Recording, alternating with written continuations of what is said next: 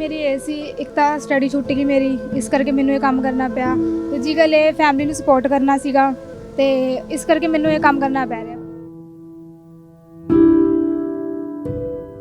नहीं मैम, मैं 12वीं तक अपनी स्टडी करी। मैं सोचा कि चलो आगे जाके बई कॉलेज वगैरह च लगांगे, कॉलेज की फीस घट होगी सरकार वालों, तो मैं स्टडी कर सकती है। बट कॉलेज की फीस ही इन्नी नहीं है कि भी मैं आगे स्टडी नहीं कर सकी। कॉलेज की फीस 15-15 हज़ार रुपये फीस भरो, साढ़े वर्गे तो इन्नी वो नहीं है कि असी इन्नी फीस भर के आगे स्टडी कर सकीए।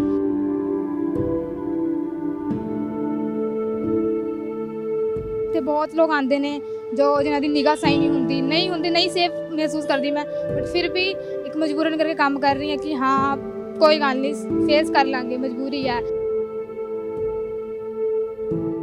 ਹੈਗਾ ਮਜਬੂਰੀ ਹੈ ਕਿ ਵੀ ਹਾਂ ਕਿਉਂ, ਕਿਉਂਕਿ ਇਹੋ ਜਿਹੇ ਕੰਮ ਮੈंने ਕਦੀ ਨਹੀਂ ਸੋਚੇ ਸੀ ਕਿ ਮੈਂ ਇਹੋ ਜਿਹੇ ਕੰਮ ਕਰਾਂਗੀ, ਪਰ ਕਰਨੇ ਪੈ ਰਹੇ ਆ। ਇਸ ਲਈ ਮੈਂ ਸੋਚਦੀ ਹਾਂ ਕਿ ਮੈਂ ਕਾਸ਼ ਕੁੜੀ ਨਾ ਹੁੰਦੀ। ਜ਼ਿੰਦਗੀ ਦੇ ਵਿੱਚ ਕਈ ਮੁਸ਼ਕਿਲਾਂ ਆਉਂਦੀਆਂ ਨੇ, ਜ਼ਿੰਦਗੀ ਦੇ ਵਿੱਚ ਬਹੁਤ ਕੁਝ ਹੈ ਜਿਹੜਾ ਕਈ ਵਾਰ ਮਜਬੂਰੀਆਂ, ਕਹਿੰਦੇ ਕਿ ਪਾਪੀ ਪੇਟ ਬਹੁਤ ਕੁਝ ਕਰਵਾ ਦਿੰਦਾ ਆ। ਤੇ ਇਸ ਕੁੜੀ ਦੇ ਹੰਝੂ ਦੱਸ ਰਹੇ ਆ ਕਿ ਇਹਨੂੰ ਕਿੰਨਾ ਮਜਬੂਰ ਹੋ ਕੇ ਇੱਥੇ ਖੜਨਾ ਪੈ ਰਿਹਾ, ਕੰਮ ਕਰਨਾ ਪੈ ਰਿਹਾ। ਕੀ ਫਾਇਦਾ ਬੇਟੀ ਪੜਾਓ ਦਾ ਨਾਰਾ ਲਾ ਕੇ, ਜੇ ਤੁਸੀਂ ਕੁੜੀਆਂ ਨੂੰ ਸਰਕਾਰ ਕੁਝ ਕਰ ਹੀ ਨਹੀਂ ਰਹੀ। ਸੜਕਾਂ ਤੇ ਦੇਖਦੇ ਹਾਂ ਆਪਾਂ, ਬੱਚਾ ਸੁੱਟ ਕੇ ਬੰਦੇ ਚਲੇ ਜਾਂਦੇ ਨੇ। ਕਿੰਨੀ ਨਿਊਜ਼ਾਂ ਦੇਖੀਆਂ ਨੇ ਕਿ ਹਾਂ ਕੋਈ ਕੁਝ ਨਹੀਂ ਕਰਦਾ। ਬੇਟੀ ਕਹਿੰਦੇ ਨੇ ਬਸ ਕਿ ਬੇਟੀ ਨੂੰ ਬਚਾਓ ਤੇ ਪੜਾਓ। ਸਤਿ ਸ਼੍ਰੀ ਅਕਾਲ, ਮੈਂ ਹਾਂ ਸਿਮੀ ਧਾਲੀਵਾਲ। ਕਈ ਵਾਰ ਮਜਬੂਰੀਆਂ ਨੇ ਜਿਹੜੀਆਂ ਬਹੁਤ ਕੁਝ ਕਰਵਾ ਦਿੰਦੀਆਂ ਨੇ, ਤੇ ਜਦੋਂ ਧੀਆਂ ਉਹਨਾਂ ਮਜਬੂਰੀਆਂ ਦੇ ਵਿੱਚ ਮਾਪਿਆਂ ਦਾ ਸਹਾਰਾ ਬਣਦੀਆਂ ਨੇ ਤਾਂ ਬਹੁਤ ਖੁਸ਼ੀ ਹੁੰਦੀ ਹੈ, ਕਿਉਂਕਿ ਹਮੇਸ਼ਾ ਹੀ ਕੁੜੀਆਂ ਨੂੰ ਜਿਹੜਾ ਦਬਾਉਣ ਦੀ ਕੋਸ਼ਿਸ਼ ਕੀਤੀ ਜਾਂਦੀ ਆ।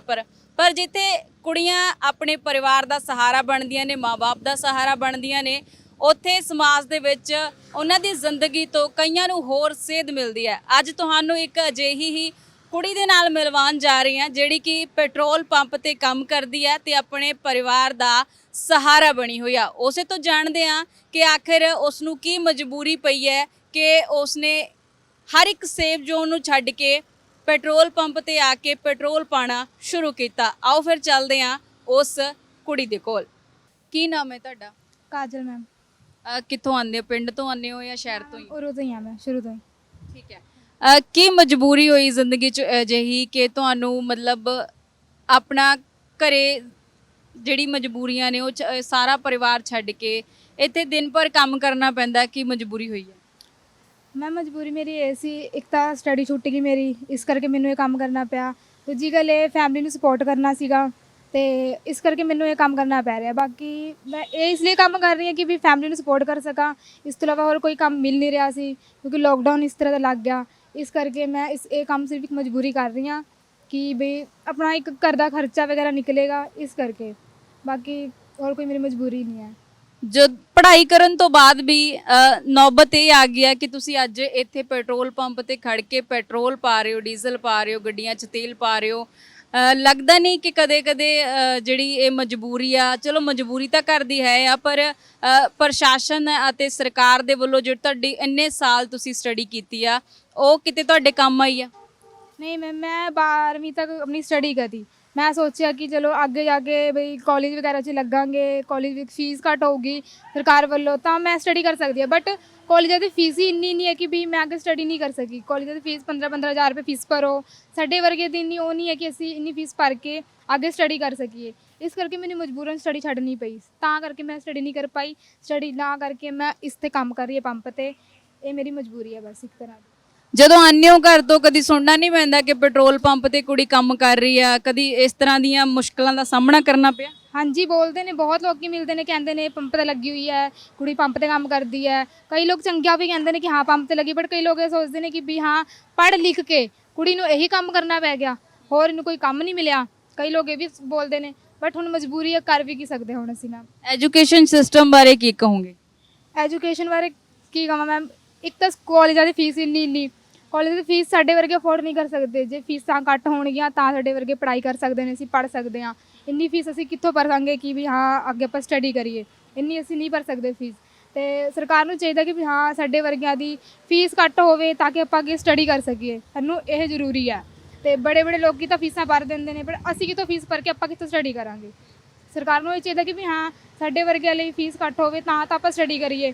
ਆਪਾਂ ਮਜਬੂਰਨ ਸਾਨੂੰ ਸਟੱਡੀ ਨਾ ਕਰਕੇ ਇਹੋ ਜਿਹੇ ਕੰਮ ਕਰਨੇ ਪੈਂਦੇ ਨੇ। ਉਹਦਾ ਸਾਨੂੰ ਤੁਹਾਡੇ ਤੋਂ ਇਲਾਵਾ ਫੈਮਿਲੀ ਦੇ ਵਿੱਚ ਹੋਰ ਕੌਣ ਆ ਜਿਹੜਾ ਐਵੇਂ ਕੰਮ ਕਰ ਰਿਹਾ ਜਾਂ ਫਿਰ ਘਰ ਦਾ ਗੁਜ਼ਾਰਾ ਚਲਾਉਣ? ਮੇਰੀ ਸਿਸਟਰ ਹੈ ਮੈਮ, ਉਹ ਵੀ ਇਸੇ ਤਰ੍ਹਾਂ ਮਤਲਬ ਹੋਮ ਟੂ ਹੋਮ ਜਾ ਕੇ ਕੰਮ ਕਰਦੀ ਹੈ। ਉਹ ਵੀ ਇਹੀ ਕੰਮ ਕਰਦੀ ਹੈ, ਮਤਲਬ ਹੋਮ ਟੂ ਹੋਮ ਜਾਂਦੀ ਹੈ ਤੇ ਸਾਰਾ ਦਿਨ ਦੀ ਸ਼ਾਮ ਨੂੰ ਆਉਂਦੀ ਹੈ। ਉਹ ਵੀ ਇਹੀ ਕੰਮ ਕਰਦੀ ਹੈ। ਉਹ ਵੀ ਇੱਕ ਮਜਬੂਰੀ ਕਰਕੇ ਕਿ ਘਰ ਨੂੰ ਸਪੋਰਟ ਕਰਨਾ ਹੈ, ਬਸ ਇਸ ਕਰਕੇ। ਕੀ ਲੱਗਦਾ ਹੈ ਕਿ ਕਿਉਂਕਿ ਕੁੜੀਆਂ ਹਮੇਸ਼ਾ ਦੇਖਦੀਆਂ ਨੇ ਕਿ ਸੇਫ ਜ਼ੋਨ ਦੇ ਵਿੱਚ ਕੰਮ ਕਰੀਏ, ਜਿੱਥੇ ਉਹਨਾਂ ਨੂੰ ਕੋਈ ਦਿੱਕਤ ਨਾ ਆਵੇ, ਪਰੇਸ਼ਾਨੀ ਨਾ ਆਵੇ। ਇੱਥੇ ਤੁਹਾਨੂੰ ਦਿਨ ਵੀ ਕੰਮ ਕਰਨਾ ਪੈਂਦਾ, ਕਈ ਵਾਰ ਰਾਤ ਵੀ ਹੋ ਜਾਂਦੀ ਹੈ, ਸ਼ਾਮ ਵੀ ਹੋ ਜਾਂਦੀ ਹੈ, ਦਿੱਕਤਾਂ ਦਾ ਸਾਹਮਣਾ ਕਰਨਾ ਪੈਂਦਾ ਹੁੰਦੀ ਹੈ ਮੈਮ। ਸ਼ਾਮ ਨੂੰ ਵੀ ਇੱਥੇ ਬਹੁਤ ਲੋਕ ਆਉਂਦੇ ਨੇ ਜਿਨ੍ਹਾਂ ਦੀ ਨਿਗਾਹ ਸਹੀ ਨਹੀਂ ਹੁੰਦੀ, ਨਹੀਂ ਸੇਫ ਮਹਿਸੂਸ ਕਰਦੀ ਮੈਂ, ਬਟ ਫਿਰ ਵੀ ਇੱਕ ਮਜਬੂਰਨ ਕਰਕੇ ਕੰਮ ਕਰ ਰਹੀ ਹਾਂ ਕਿ ਹਾਂ ਕੋਈ ਗੱਲ ਨਹੀਂ, ਫੇਸ ਕਰ ਲਾਂਗੇ, ਮਜਬੂਰੀ ਹੈ। ਬਹੁਤ ਲੋਕ ਆਉਂਦੇ ਨੇ ਇਵੇਂ ਦੇ ਕਿ ਹਾਂ ਜਿਨ੍ਹਾਂ ਦੀ ਨੀਅਤ ਸਹੀ ਨਹੀਂ ਹੁੰਦੀ, ਬੇਮਤਲਬ ਬੋਲਦੇ ਨੇ, ਗਲਤ ਬੋਲਦੇ ਨੇ, ਪਰ ਕਿਸੇ ਨੂੰ ਆਪਾਂ ਕੀ ਕਹਿ ਸਕਦੇ ਹਾਂ। ਕੰਮ ਕਰ ਰਹੇ ਹੋ ਉਰੇ, ਬਹੁਤ ਲੋਕ ਆਣਗੇ, ਬਹੁਤ ਲੋਕ ਚਲੇ ਵੀ ਜਾਣਗੇ। ਜ਼ਿੰਦਗੀ 'ਚ ਕਦੇ ਅਜਿਹਾ ਮੌਕਾ ਆਇਆ ਜ਼ਿੰਦਗੀ ਦੇ ਵਿੱਚ ਕਿ ਸੋਚਿਆ ਹੋਵੇ ਕਿ ਕੁੜੀ ਹੋਣਾ ਇੱਕ ਪਾਪ ਹੋ ਗਿਆ ਮੇਰੇ ਲਈ? ਹਾਂਜੀ ਹੈਗਾ, ਮਜਬੂਰੀ ਹੈ ਕਿ ਵੀ ਹਾਂ ਕਿਉਂਕਿ ਇਹੋ ਜਿਹੇ ਕੰਮ ਮੈंने ਕਦੀ ਨਹੀਂ ਸੋਚੇ ਸੀ ਕਿ ਮੈਂ ਇਹੋ ਜਿਹੇ ਕੰਮ ਕਰਾਂਗੀ, ਪਰ ਕਰਨੇ ਪੈ ਰਹੇ, ਇਸ ਲਈ ਮੈਂ ਸੋਚਦੀ ਹਾਂ ਕਿ ਮੈਂ ਕਾਸ਼ ਕੁੜੀ ਨਾ ਹੁੰਦੀ। ਚਲੋ ਭਾਵੁਕ ਨਾ ਹੋਵੋ। ਪਰਿਵਾਰ ਦੇ ਵਿੱਚ ਕਿੰਨਾ ਕੁ ਸਪੋਰਟ ਹੈ ਤੇ ਮਤਲਬ ਜ਼ਿੰਦਗੀ ਦੇ ਵਿੱਚ ਕਈ ਮੁਸ਼ਕਿਲਾਂ ਆਉਂਦੀਆਂ ਨੇ, ਜ਼ਿੰਦਗੀ ਦੇ ਵਿੱਚ ਬਹੁਤ ਕੁਝ ਹੈ ਜਿਹੜਾ ਕਈ ਵਾਰ ਮਜਬੂਰੀਆਂ, ਕਹਿੰਦੇ ਕਿ ਪਾਪੀ ਪੇਟ ਬਹੁਤ ਕੁਝ ਕਰਵਾ ਦਿੰਦਾ ਆ। ਤੇ ਇਸ ਕੁੜੀ ਦੇ ਹੰਝੂ ਦੱਸ ਰਹੇ ਆ ਕਿ ਇਹਨੂੰ ਕਿੰਨਾ ਮਜਬੂਰ ਹੋ ਕੇ ਇੱਥੇ ਖੜਨਾ ਪੈ ਰਿਹਾ, ਕੰਮ ਕਰਨਾ ਪੈ ਰਿਹਾ। ਖੁਦ ਕਹਿ ਰਹੀ ਹੈ ਗਲਤ ਨਿਗਾਹਾਂ ਵੀ ਕਈਆਂ ਦੀਆਂ ਹੁੰਦੀਆਂ ਨੇ ਕਈ ਵਾਰ, ਪਰ ਫਿਰ ਵੀ ਡਟ ਕੇ ਸਾਹਮਣਾ ਕਰ ਰਹੀ ਹੈ ਹਰ ਇੱਕ ਮੁਸ਼ਕਿਲ ਦਾ।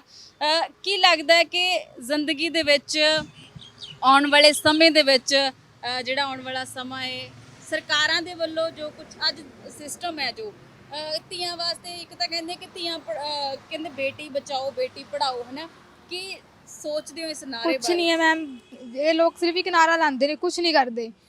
ਕੁੜੀ ਅੱਜ ਕੱਲ੍ਹ ਦੇ ਲੋਕ ਕੀ ਕਰਦੇ ਨੇ, ਵਿਆਹ ਤੋਂ ਪਹਿਲਾਂ ਜੋ ਵੀ ਹੈ ਪ੍ਰੈਗਨੈਂਟ ਹੁੰਦੀਆਂ ਨੇ ਕੁੜੀਆਂ, ਬੱਚਿਆਂ ਨੂੰ ਮਾਰ ਕੇ ਵੀ ਸੁੱਟ ਜਾਂਦੀਆਂ ਨੇ। ਬਹੁਤ ਨਿਊਜ਼ਾਂ ਪੜ੍ਹੀਆਂ ਨੇ, ਇੰਨੇ ਸਾਲ ਦੇ ਬੱਚੇ ਪੈਦਾ ਕਰਦੇ ਹੀ ਕੁੜੀਆਂ ਸੁੱਟ ਜਾਂਦੀਆਂ ਨੇ।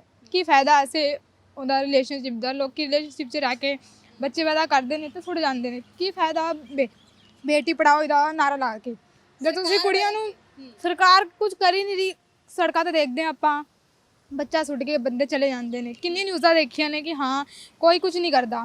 ਬੇਟੀ ਕਹਿੰਦੇ ਨੇ ਬਸ ਕਿ ਬੇਟੀ ਨੂੰ ਬਚਾਓ ਤੇ ਪੜਾਓ।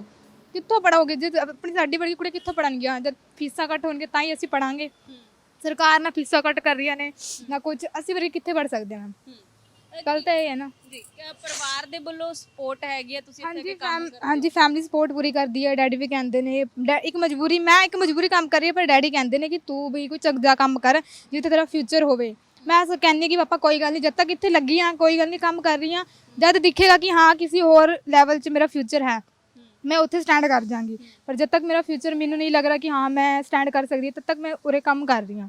ਲੱਗਦਾ ਕਿ ਪਰਿਵਾਰ ਨੇ ਕਦੀ ਐਵੇਂ ਕਿਹਾ ਕਿ ਇੰਨੇ ਸਾਲ ਪੜ੍ਹਾਈ ਲਿਖਾਈ ਕਰਕੇ ਤੁਹਾਨੂੰ ਕੀ ਫਾਇਦਾ ਹੋਇਆ, ਤੁਸੀਂ ਅੱਜ ਪੈਟਰੋਲ ਪੰਪ ਤੇ ਤੇਲ ਪਾ ਰਹੇ ਹੋ? ਹਾਂਜੀ, ਕਈ ਵਾਰੀ ਬੋਲਦੇ ਨੇ ਫੈਮਿਲੀ ਕਿ ਵੀ ਹਾਂ ਤੁਸੀਂ 12ਵੀਂ ਕੀਤੀ, ਪੜ੍ਹਾਈ ਕਰਕੇ ਤੁਸੀਂ ਕੋਈ ਚੱਜ ਦੀ ਨੌਕਰੀ ਲੱਭੋ, ਬੋਲਦੇ ਨੇ। ਪਰ ਮੈਂ ਇੱਕੋ ਗੱਲ ਕਹਿੰਦੀ ਹਾਂ, ਕੋਈ ਗੱਲ ਨਹੀਂ ਪਾਪਾ ਜੀ, ਅੱਜ ਮਜਬੂਰੀ ਹੈ, ਅੱਜ ਪੜ੍ਹਾਈ ਕਰਕੇ ਇਹ ਕੰਮ ਕਰਨਾ ਪੈ ਰਿਹਾ, ਕੋਈ ਗੱਲ ਨਹੀਂ, ਕੱਲ ਨੂੰ ਟਾਈਮ ਆਏਗਾ ਜਿਸ ਤੋਂ ਜੋ ਵੀ ਸਟੱਡੀ ਕੀਤੀ ਹੈ ਉਸ ਲੈਵਲ ਤੇ ਪਹੁੰਚ ਜਾਵਾਂਗੇ, ਕੋਈ ਗੱਲ ਨਹੀਂ। ਕੁੜੀ ਹੋਣ ਦੇ ਨਾਤੇ ਮਨ ਦੇ ਵਿੱਚੋਂ ਕਈ ਵਾਰ ਉਬਾਲੇ ਉੱਠਦੇ ਹੋਣੇ ਆ ਕਿ ਮੇਰੇ ਨਾਲ ਦੀਆਂ ਕੁੜੀਆਂ ਨੇ ਵਿਆਹ ਸ਼ਾਦੀ ਜਾ ਰਹੀਆਂ ਨੇ, ਘੁੰਮਣ ਜਾ ਰਹੀਆਂ ਨੇ, ਤੁਸੀਂ ਇੱਥੇ ਬਣ ਕੇ ਰਹਿ ਜਾਂਦੇ ਹੋ, ਸਵੇਰ ਤੋਂ ਲੈ ਕੇ ਸ਼ਾਮ ਤੱਕ ਕੰਮ ਕਰਨਾ ਪੈਂਦਾ, ਛੁੱਟੀ ਮਿਲਦੀ ਹੈ ਕਦੇ ਕਿ ਨਹੀਂ ਮਿਲਦੀ। ਕਿਹੋ ਜਿਹਾ ਮਹਿਸੂਸ ਕਰਦੇ ਹੋ ਜਦੋਂ ਆਪਣੇ ਨਾਲ ਦੇ ਬੱਚਿਆਂ ਨੂੰ ਜਾਂ ਆਪਣੇ ਨਾਲ ਦੀਆਂ ਕੁੜੀਆਂ ਨੂੰ ਤੁਸੀਂ ਹੱਸਦਾ ਖੇਡਦਾ ਦੇਖਦੇ ਹੋ? ਹੁੰਦਾ ਮੈਮ ਕਈ ਵਾਰੀ ਕਿ ਮੈਂ ਕੁੜੀਆਂ, ਬਹੁਤ ਸੀ ਕੁੜੀਆਂ ਆਉਂਦੀਆਂ ਨੇ ਉਰੇ, ਘੁੰਮਦੀਆਂ ਨੇ, ਫਿਰਦੀਆਂ ਨੇ। ਮੈਂ ਵੀ ਸੋਚਦੀ ਹਾਂ ਕਿ ਹਾਂ ਕਾਸ਼ ਕੀ ਕਹਿੰਦੇ ਨੇ, ਮੈਂ ਵੀ ਮਤਲਬ ਇਸ ਮਜਬੂਰੀ ਕੰਮ ਕਰ ਰਹੀ ਹਾਂ, ਬਟ ਮੈਂ ਵੀ ਸੋਚਦੀ ਸੀ ਕਾਸ਼ ਅਗਰ ਮੈਂ ਕੰਮ ਨਾ ਕਰ ਰਹੀ ਹੁੰਦੀ, ਅੱਜ ਮੈਂ ਵੀ ਉਹਨਾਂ ਕੁੜੀਆਂ ਵਾਂਗ ਘੁੰਮ ਰਹੀ, ਐਸ਼ ਕਰ ਰਹੀ ਹੁੰਦੀ, ਖੁਸ਼ ਰਹਿ ਰਹੀ ਹੁੰਦੀ, ਆਪਣੀ ਫੈਮਿਲੀ ਦੇ ਵਿੱਚ ਹੁੰਦੀ। ਪਰ ਮੈਂ ਸਵੇਰ ਦੀ ਆਉਂਦੀ ਉਰੇ, ਸ਼ਾਮ ਨੂੰ ਘਰੇ ਵੜਦੀ ਹਾਂ। ਮੈਨੂੰ ਮੇਰੀ ਫੈਮਿਲੀ ਦਾ ਪਿਆਰ, ਚਲੋ ਸਪੋਰਟ ਹੈ, ਪਰ ਉਹ ਜੋ ਪਿਆਰ, ਇੱਕ ਹਮਦਰਦੀ ਹੁੰਦੀ ਹੈ ਘਰਦਿਆਂ ਦੀ, ਉਹ ਨਹੀਂ ਮਿਲ ਪਾਉਂਦੀ ਜੋ ਮੇਰੇ ਘਰ ਦੇ ਵਿੱਚ ਮਿਲ ਰਹੀ ਹੈ। ਹੁਣ ਮੈਂ ਸਵੇਰ ਦੀ ਆਉਂਦੀ ਹਾਂ, ਸ਼ਾਮ ਨੂੰ ਜਾਂਦੀ ਹਾਂ, ਘਰ ਦੇ ਪੁੱਛਦੇ ਨੇ फ़ोन ਕਰਕੇ ਹਾਂ ਖਾਣਾ ਪਾਣੀ ਖਾ ਲਿਆ ਕਿ ਨਹੀਂ, ਪਰ ਜੋ ਸਪੋਰਟ, ਜੋ ਮਤਲਬ ਹਮਦਰਦੀ ਕਰਦੇ ਤਾਂ ਮਿਲਣੀ ਚਾਹੀਦੀ ਹੈ ਦਿਨ ਵਿੱਚ, ਉਹ ਨਹੀਂ ਮਿਲਦੀ ਜੋ ਬਾਕੀ ਕੁੜੀਆਂ ਨੂੰ ਮਿਲਦੀ ਹੈ ਫੈਮਿਲੀ ਵੱਲੋਂ। ਉਹ ਨਹੀਂ। ਕਈ ਵਾਰ ਮਰਦ ਜਿਹੜੇ ਆ ਇੱਥੇ ਆਉਂਦੇ ਨੇ, ਲੋਕ ਆਉਂਦੇ ਨੇ, ਕਈਆਂ ਦੀ ਨਿਗਾਹ ਠੀਕ ਨਹੀਂ ਹੁੰਦੀ, ਫਿਰ ਕਿਵੇਂ ਮਹਿਸੂਸ ਕਰਦੇ ਹੋ? ਆਪਣੇ ਆਪ ਨੂੰ ਸੇਫ ਮਹਿਸੂਸ ਕਰਦੇ ਹੋ ਜਾਂ ਫਿਰ ਲੱਗਦਾ ਹੈ ਕਿ ਨਹੀਂ ਯਾਰ ਇਹ ਕੰਮ ਛੱਡ ਕੇ ਮੈਨੂੰ ਹੋਰ ਕੰਮ ਕਰ ਲੈਣਾ ਚਾਹੀਦਾ? ਜੀ ਸੋਚਦੀ ਹਾਂ ਕਿ ਵੀ ਹਾਂ ਚਲੋ, ਮੈਂ ਸੋਚਦੀ ਹਾਂ ਬਹੁਤ ਲੋਕ ਆਉਂਦੇ ਨੇ ਮੈਂ ਮੂਹਰੇ ਬੋਲਦੇ ਨੇ ਵੀ ਹਾਂ ਕੁੜੀ ਕੰਮ ਕਰ ਰਹੀ ਹੈ, ਗਲਤ ਬੋਲਦੇ ਨੇ, ਤੁਸੀਂ ਕਿੰਨੇ ਪੁੱਛਦੇ ਨੇ ਤੁਸੀਂ ਕਿੰਨੇ ਵਜੇ ਘਰੇ ਜਾਂਦੇ ਹੋ ਜੀ ਇਹ ਉਹ ਕਰਕੇ।